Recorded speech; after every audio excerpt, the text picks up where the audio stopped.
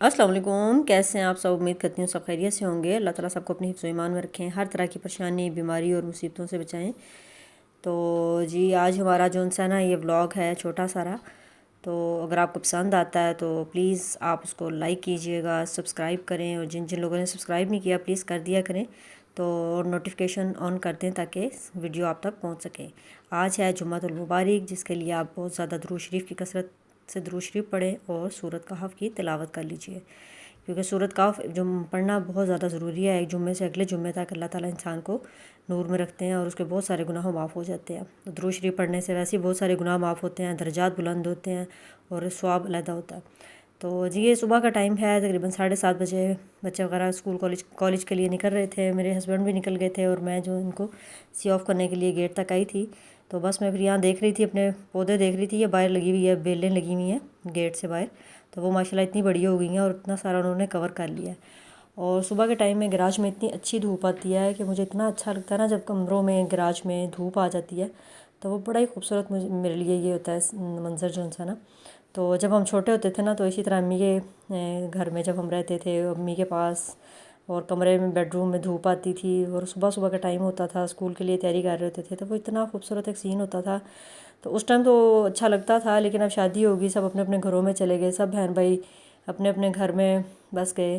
तो वो बड़ी प्यारी यादें जो सी हैं ना, वो हैं वो जैसे मौसम चेंज होता है ना, ये धूप का रुख चेंज होता है, तो वो यादें बहुत ज़्यादा मुझे याद आती हैं, अपने प्यारे याद आते हैं, दिल उदास होता है बहुत ज़्यादा। मैं जो है नू, मैं हूँ इस साइड पे टेक्सला इस्लामाबाद साइड पे। तो मेरे सब बहन भाई जो उनसे हैं, अम्मी सब लोग उधर पंजाब में हैं, लाहौर, गुजरांवाला, वज़ीराबाद, कामों की, इस तरह करके ना सब उस साइड पे हैं। और मैं बस अकेली हूँ जो इस साइड पे आ गई हूँ, बिल्कुल दूर सबसे। तो मुझे और ज़्यादा उदासी इस तरह हो रही होती है। तो अपने सारे इतने याद आते हैं ना ऐसी धूप देख के, बचपन याद आता है, बचपन की बातें याद आती हैं। हम माशाल्लाह 5 बहनें हैं, 2 भाई हैं। तो 4 बहनें बड़ी हैं, फिर 2 भाई हैं और मैं सबसे छोटी हूँ। लेकिन मेरी अम्मी ने मेरी शादी पहले कर दी थी, क्योंकि मैं बहुत छोटी थी जब से मंगनी हुई भी थी। तो फिर इसलिए मेरी शादी जो है भाइयों से बहुत पहले हो गई थी। मेरे बड़े भाई की शादी मेरी शादी से तकरीबन 4 साल बाद हुई थी। तब मेरे माशाल्लाह 2 बच्चे थे और बड़े हो चुके थे। तो भाई की शादी तक छोटा बच्चा जो सा है तकरीबन 3-4 महीने का था जब मेरे भाई की शादी हुई थी। तो अब भाइयों के बच्चे छोटे हैं, माशाल्लाह मेरे बच्चे बड़े हो गए हैं, जिसकी वजह से वो मेरा बहुत ज़्यादा एक्स्ट्रा अदब कर रहे होते हैं कि तुम्हारे बच्चे बड़े हैं, तुम्हारी शादी पहले हो गई है। हालांकि दोनों भाई मुझसे बड़े हैं, लेकिन मेरे बहुत ज़्यादा अदब और एहतराम कर रहे होते हैं, जैसे कि मैं उनसे बहुत बड़ी हो गई हूँ। हालांकि वही बचपन हमने इकट्ठे गुजारा हुआ है, खेलते थे, शरारतें मस्तियाँ। बहनें चारों बड़ी थी, हम छोटे 3 बहन भाई थोड़े छोटे थे। तो हम तीनों की बहुत ज़्यादा दोस्ती होती थी, हम इकट्ठे खेलना, हर काम इकट्ठे करना। और मैं भाइयों से छोटी थी, इसलिए मैं जो उनसे ना भाइयों जैसा ही बन के रहती थी। कपड़े भी तकरीबन उनके जैसे पहनने करने, शरारतें हरकतें सब भाइयों जैसी होती थी मेरी। काफ़ी बड़ी भी हो गई थी, लेकिन अपने आप को गा करके बोलती थी मैं भी जाऊँगा, मैं भी करूँगा, इस तरह कर रही होती थी। तो इतनी तेज़ी से बचपन गुजर जाता है, बचपन याद आता है, बातें याद आती हैं बहन भाइयों की। अल्लाह ताला मोहब्बत ऐसी बरकरार रखें, सब आपस में मिलते हैं कभी कभी इत्तेफाक से। अम्मी के घर जाती हूँ जब सब मेरा इंतज़ार कर रहे होते हैं, क्योंकि मैं सब से दूर हूँ, तो सब मेरा इंतज़ार कर रहे होते हैं। जैसे मैं जाती हूँ सब मेरे लिए आते हैं कि मैं इतनी दूर से आई हूँ, और सब फिर आते हैं, इकट्ठे होते हैं, फिर बहुत मज़ा आता है।